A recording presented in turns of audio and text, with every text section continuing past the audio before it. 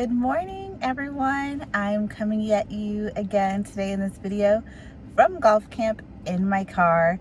And like I said in my last video, we live in Texas and it is nice and hot already this morning. It's almost 90 degrees. So I parked to where I can see my son out on the field, but get to stay in the nice, cool, air-conditioned car. So I apologize if you can hear the air conditioner in the background. I gotta stay cool in this heat. So for today's video, I wanted to talk to you guys about what the transition from public school to homeschool looked like for us, and how it could potentially look like for you. If you, number one, for sure, if you live here in the state of Texas, and two, just whatever information I have, if you are in a different state, just make sure you look up your state's requirements and the laws in your state. I will say homeschooling is legal in all 50 states, so regardless of what state you live in, you can start homeschooling your children. Either they've never been to public school yet, or if you're pulling them out of public school, there's a way for you to do it in every single state. So the way that it looked for us is my kids went to public school through December up until Christmas break, and then after the new year they went to public school for the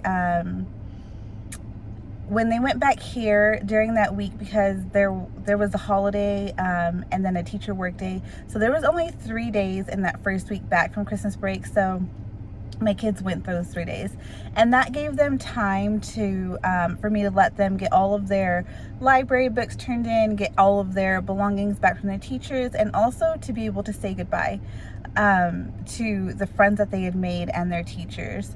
So had we been in Colorado still, I think that the transition would have been much harder on my kids, because they, especially my oldest son, he had been with the kids in his school from the start of kindergarten.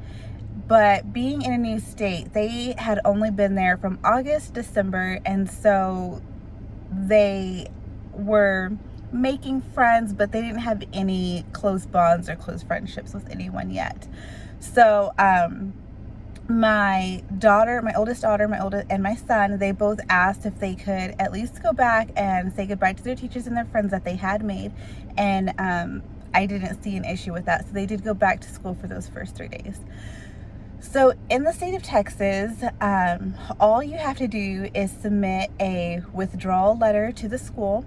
So you write to the school that your children are no longer going to be attending their school and that you're withdrawing them, and then you have to let them know that you're starting homeschooling that very next day, because there cannot be a break in education. Otherwise the school system can try to charge you or get you charged for truancy. So I submitted the paper on a Thursday, and homeschooling would have been that Friday because of the holiday.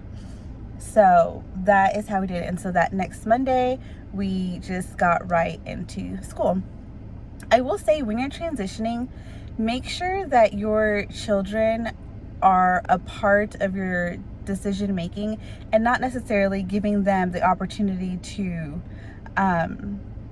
vote down your decision and your husband's, because at the end of the day it is up to you as the parents. But being able to let them know that they were that you were hearing them out, and you took their feelings and their emotions and their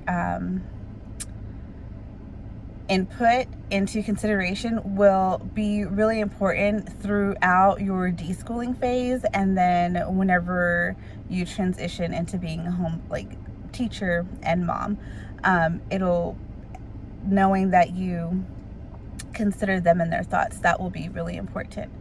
So I submitted the withdrawal letter, and then we were able to start. So there are lots of videos, and if you guys are interested, I can talk more about deschooling and what that looked like for us.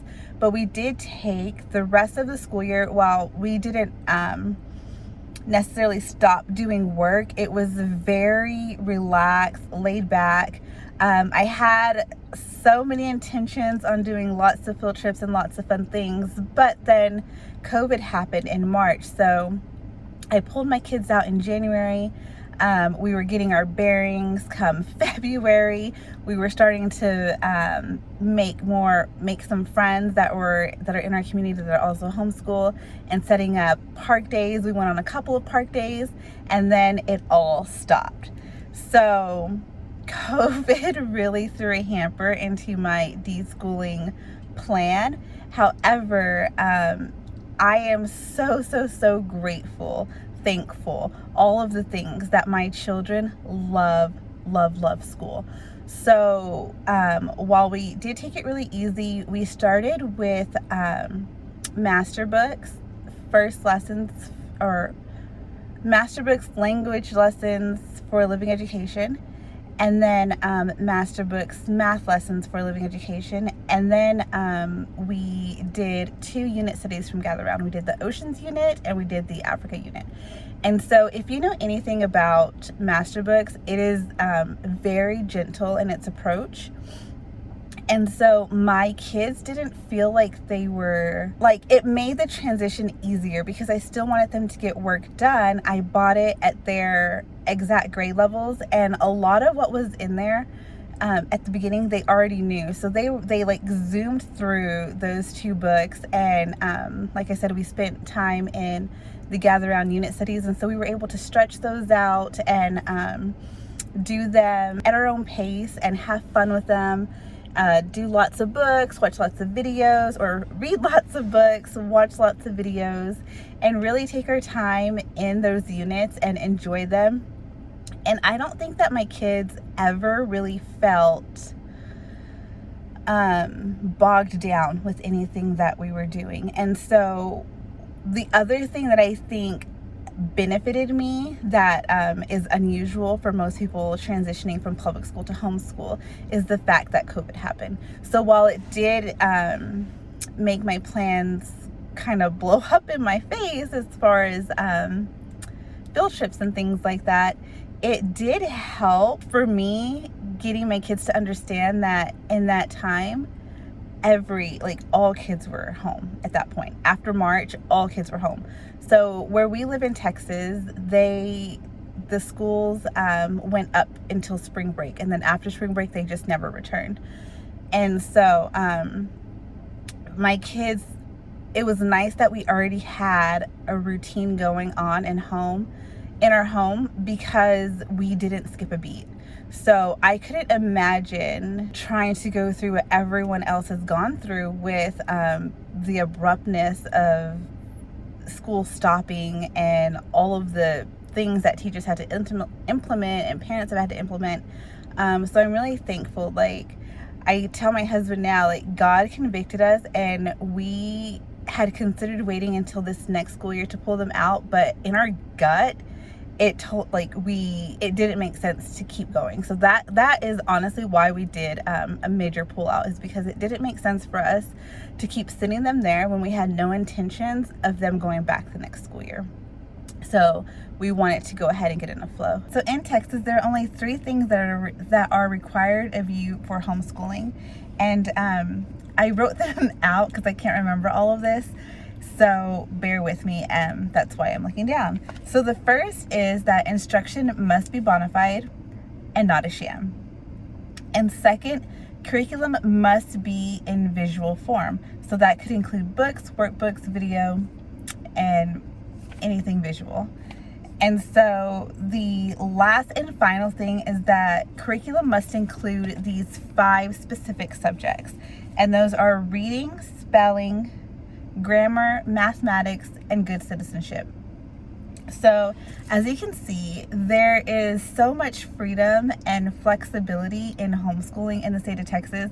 They require very little of you, and that is literally all they require. There's no attendance taking, there's no set amount of days or hours or anything like that. Like, you in the state of Texas are considered a private school when you homeschool. And so they ask of you the same exact things that they ask of a private school.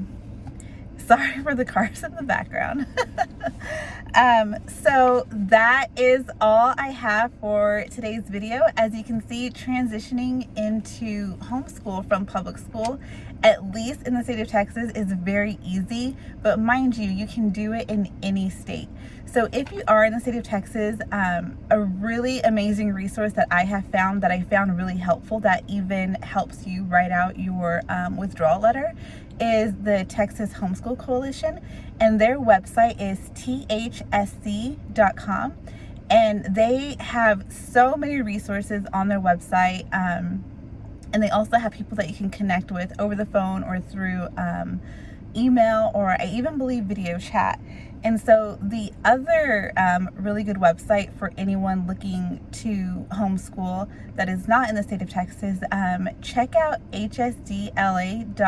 They are an organization that at the heart of what they do is helping homeschool families and parents, and they know the law, like they have listed out the laws for every single state, and you can even figure out the organization for your specific state, like we have in Texas with the Texas Homeschool Coalition. You can find one for your state through HSDLA. So if you guys have any questions, or if you want to let me know whether you have made the switch from public school to homeschool in the past, or if you're considering it, please leave me a comment down below. Please like, subscribe, and hit the bell, and I hope to see you guys in the next video. Bye!